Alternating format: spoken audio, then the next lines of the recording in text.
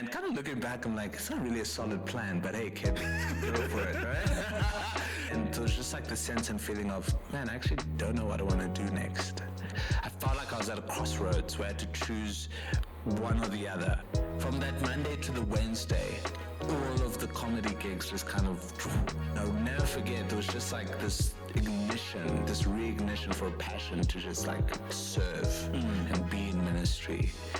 Because no one teaches you, like, when you're doing your own thing, hey, you also kind of have to take leave, you know, from this thing that you're doing. Uncle Lee's like, hey, why don't you just like update your LinkedIn? And Uncle Lee cooks, bro. And it's just like, hey, just like put in what you've been doing. I'm standing there, and I was kind of like, man, I feel like this is the call I've been waiting for the past 2 years.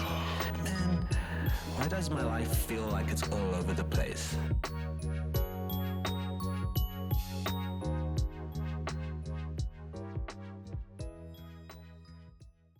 Long story short, started doing stand-up comedy. And, you know, at the same time, they were now sort of announced Hillsong Jersey was going to start. And it was like, oh, this is perfect. I'll do comedy, you know, and then also just volunteer on a Sunday. Yeah. Still going to do ministry, pursue comedy, and whatever would come up. And kind of looking back, I'm like, it's not really a solid plan, but hey, kid, go for it, right? I think we all have those. Look back, you're like, what was I doing? Courage, just the courage of like, oh man, you like feel like this is a bulletproof plan, you know? Ambitious youth. And it's so beautiful, so awesome. And so started doing like comedy gigs and, you know, just navigating my way through life.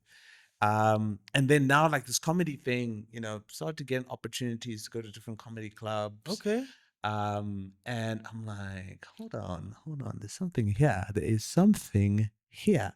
So I call my mom. I'm like, I know you wanted me to come, let's say, at the end of the month. Can we just extend this for a little bit?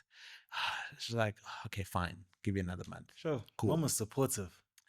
Yeah. She was like, all right. And once again, looking back, it's like who she is versus what she allowed me to do. So that's some like divine intervention, right? Uncle Lee was cooking. Right? He was cooking. So they're just like, okay, cool. So stayed. And then at the same time, once again, you know, are you going to do second year? Nope, not going to do it.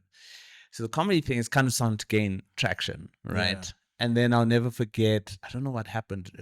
It was just like this one time leaving an info session for Hillsong Jersey at one of the churches that's down the road here in Brom. And, you know, Pastor Dooley was there. And I'll never forget, there was just like this ignition, this reignition for a passion to just like serve and be in ministry.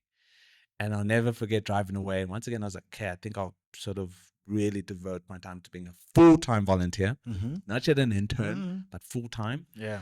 And I'll never forget. And I don't think I've really said I've said this to anyone really. Sitting in the car, we're driving back to Pretoria, and there was just this whisper, and it was Hillsong Jersey Youth. Oof. And I was like, okay, what do you want me to do with that? Right? But I'm like, all right, cool. So I just kept it in my heart, you know, and I was like, okay.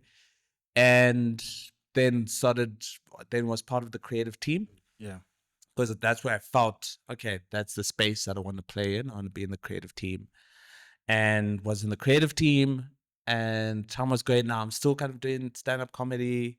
And I remember there was this moment where I don't know who was preaching, but it was kind of like, I felt like I was at a crossroads where I had to choose one or the other. Where really there was now this big pull. It's like, I think you must go all in back in ministry. And I'm like, yeah, but like this comedy thing is kind of going. It's picking up. And I was like, all right, cool. Let me cut a deal. So I cut a deal with the family. Okay, I cut a deal because I was genuinely confused. Yeah. So I'm like, okay, here's the deal. You need to make the part abundantly clear where you want me to go, right? So you close one door and make the other one, like just keep the one open. Yeah. So I had a couple of gigs and opportunities lined up from a stand-up comedy perspective. And I'll never forget, from that Monday to the Wednesday, all of the comedy gigs just kind of, they just fell through. Like people just calling me, hey, I know like we had you on, not happening. not happening. All right, great. Had my quiet time, and during it, Uncle was like, "Hey, why don't you like just like message Wendy and say how?" Because now I'm like, okay, gonna go now, full full on, all in, back into ministry. Yeah. By the time I'm like, I think it's too late for me to go back into the internship. So What I'm time like, in the year was this? man, I think it's like already March. Ooh, yeah, no, you're late, bro. Bro, it was gone. Bro. Yeah.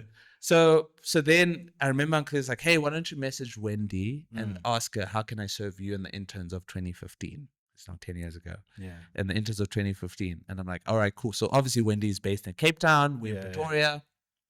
So it's in the morning. It's Tuesday morning. I message her, "Hey, how can we serve you in the interns of 2015?" And she's like, "Oh, well, let's chat about it over coffee. I'm in town." Ooh. And I'm like, of course, Of- she's in town. I'm like, typical Uncle Lee. This is how you set me up every time, huh? Sit down with Wendy. She kind of knew what, and I was kind of like biting about the bush. How can I serve you? I was like, you know what? Can I do second year internship? I feel like there's something that I need to do. And, Vanna was also like, hey, dude, you can crash with me. It's all good for the year if you want to do second year. And yeah, I ended up doing second year internship. It was not an easy year. Which one is? It never is. Yeah. And we thugged it out. Obviously Josie was opening up. Yeah. And yeah, so after second year internship, then they asked me, hey, do you want to sort of start youth in Josie?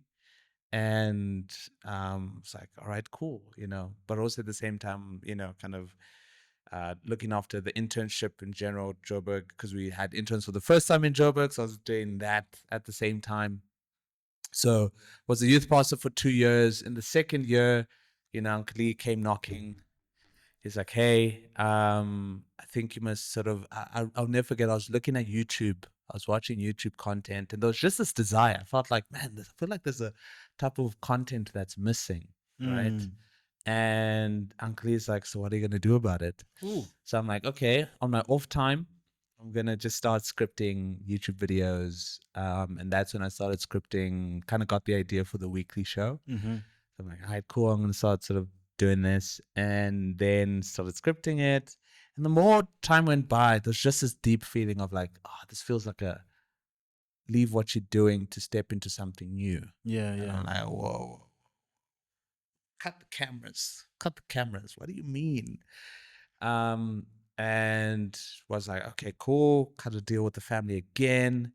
And then a couple of months later, it kind of, was then confirmed. It was like, okay, cool. I think the next chapter, I need to step into my next chapter. Sure. And to leave, what I was doing, and, kind of go into what's next. Once again, there's not really a concrete plan. I just like feel this desire. Let's go for it. Man, so you're kind of getting used to just seasons changing. Like, okay, we're here, we do it, we be faithful. Yep. And then now time to pivot. Let's go here. Like, you're kind of used to that now, because it's like, seems like there's just this knock. Yeah. Yep. And this nudge. So transition out of that, and then doing content. Also kind of got a job working with his name is Christoph. Actually bumped into him earlier today. Yeah. He was like, hey, do you want to come work with me? Sort of doing, content and community management. And I was like, all right, cool. So did that for about a year, was doing the weekly show. Also was doing some emceeing. So just a lot of stuff. This is now 2018. So youth pastor 2 years. 2018 was kind of the year where I was kind of, okay, I'm going to do this. And then interestingly enough, got to about August, September. And I started feeling like my time in Joburg is up. Sure. Once again, there's just this feeling, this nudge, like my time in Joburg is up. Spoke to my mom. She's like, hey, you can come stay with us in Cape Town. And I'm like, okay, cool. Went to Cape Town. And that January kind of just crashed. Sure. It was very interesting. Crashed. And there was just like the sense and feeling of, man, I actually don't know what I want to do next. And also kind of burnt out as well. I was tired. And it was this craziest thing because I was just going on 100% that whole year, 2018. Yeah. Because no one teaches you, like, when you're doing your own thing, hey, you also kind of have to take leave, from this thing that you're doing. Even though you enjoy it, you also have to take a break. So crash out. And it was so scary because I couldn't even think about ideas. I'll never forget like sitting and being like, okay, I need to think about a video to create. And I just couldn't think about Sure. anything. And the worst part is even the laptop I had, my MacBook crashed, like blacked out. And it was like, so I kind of like felt like, oh man, the father's like, stop, like stop, like now mom's panicking, African mom. What are you doing? What are you going to study? What are you going to go study? What's happening? So obviously in 2018, I'd done project management. So now it's like, I just genuinely didn't know. And every time the question of what are you doing came up, I would just crash out. Anxiety kicks in. I'm like, So then I remember I was like, okay, guys, next 21 days, let's not talk about the future. I just want to be present. Yeah. And take each day as it comes, not planned. But the only thing that I maintained during that 21 days was just my discipline in love and devotion. So in the morning, I would wake up, spend some quiet time before I go to bed. So that was the most consistent thing during that time. Yeah. And so as time went on, kind of started getting a desire again to do stuff. And the first thing was like, I want to learn screenwriting, right? Because I used to write skits. I just want to learn the art of writing stories. Yeah. Started doing that. And so what I'll do is then Uncle is like, hey, why don't we like start reading scripts and then watching the movies to see how it then went from script to screen. So I started doing that. And one of the movies or the scripts that I found was The Social Network, which is obviously about Facebook. Yeah. And I'll never forget after watching The Social Network, Uncle Lee's like, hey, let's do this exercise. I want you to sit down by the table and I want you to just write down some ideas for some apps. I'm like, okay, cool. So once again, it's just us nudging in this pool. I'm like, all right, cool. I'm going to follow and do this. So I'm sitting there writing down, just like ideating and came down to this one particular idea. It was called Binge Nation, and it was around how do you create a sense of community in a streaming generation? Because once upon a time we all used to watch the same thing, so there's a sense of community that existed. Now because you watching your own thing, there's it sort of disconnects. I'm like, okay, I'm going to focus on this, but also I'm kind of like, I'm not a coder. I don't know how to do this. Uncle is like, but you can design, right? Yeah, so like you can design wireframes. And I'm like, oh, okay, yeah, that's true. And then it's like, we'll figure everything out as we go. And just had this feeling of like, oh, I think this is the thing I'm going to focus on this year.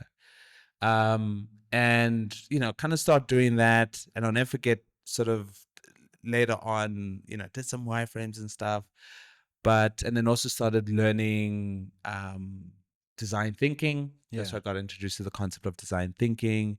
And then kind of got to the point of realizing, okay, it's a nice solution like this.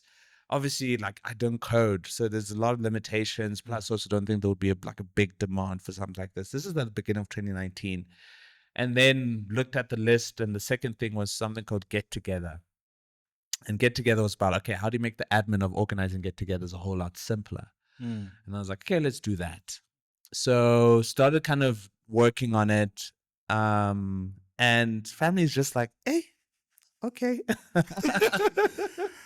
I mean, they're still like, hey, I'm trying to do this. I'm trying to do this. And I'm just like dead set. I'm like, once again, I know when the father speaks. I know when Uncle Lee's prompting me to do something. This is what I need to do.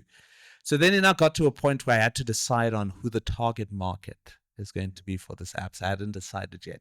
Will it be professionals, young professionals? Who would it be? Would it be older generations?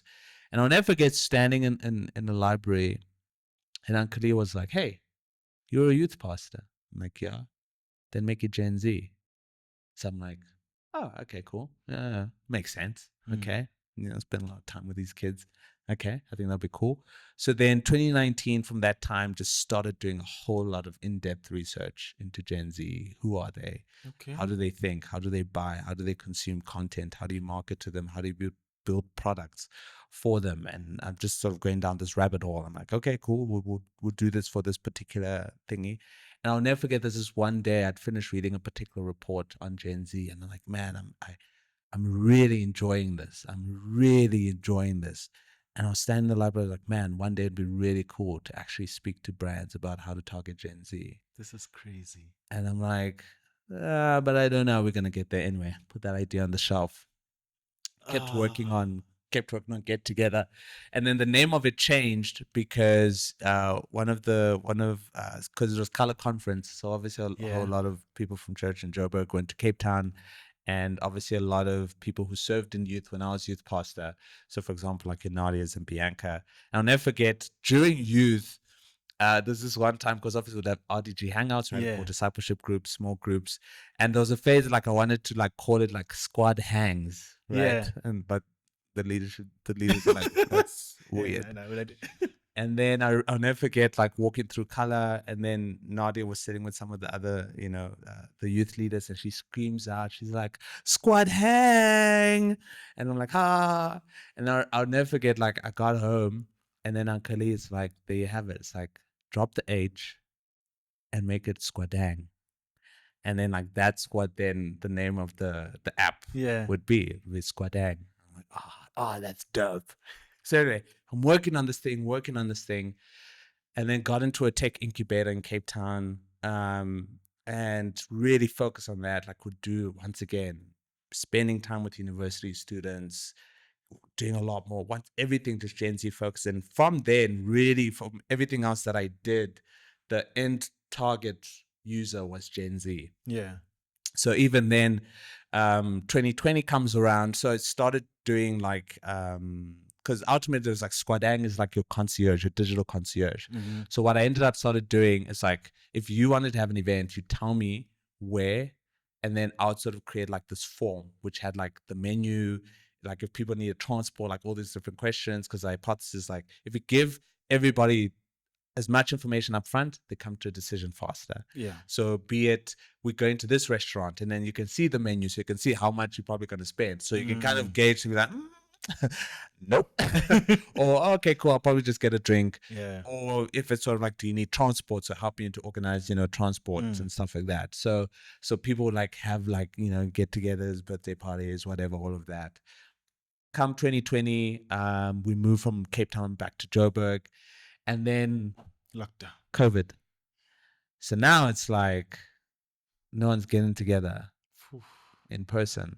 So I'm like, well, how am I going to continue? Because now it was kind of starting to gain momentum, because now it wasn't just about hangouts, but it was also like, how do you connect people to new communities? Yeah. Right?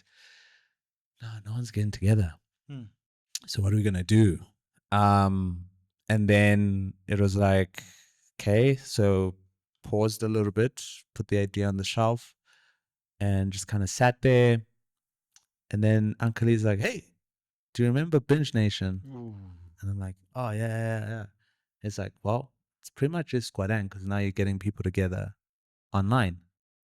I'm like, oh, yeah. So then now I'm like, oh, okay, so Squadang then kind of changed. So they now started hosting Netflix parties. Oh. During COVID. So then it was all about, okay, cool. We watch a show, and then afterwards we go into like a Zoom after party, and then we talk about the show. So really creating a sense of community during a time where everyone was disconnected. So did like Netflix parties, like, smaller ones. And then it was like, wait a minute. TikTok influencers used to have like these Starbucks meet and greets. It used to be wild, right? Thousands of, 2,000 just screaming for their favorite TikTokers. But now that's gone. And so reached out to a couple of TikTokers like, hey, can I host Netflix parties for you and your fans? So would watch an episode of something, and then you'd get to interact with them on Zoom. And they're like, cool. So I started hosting Netflix parties for, some TikTok influencers. So kind of was doing that. Also at the same time, was kind of being called and pulled into, I was now like scripting another season of the weekly show. Yeah. And once again, there's this feeling of like, there was this one particular episode where I'm like, this is more than just a weekly show episode. I think this could be like an actual show. True.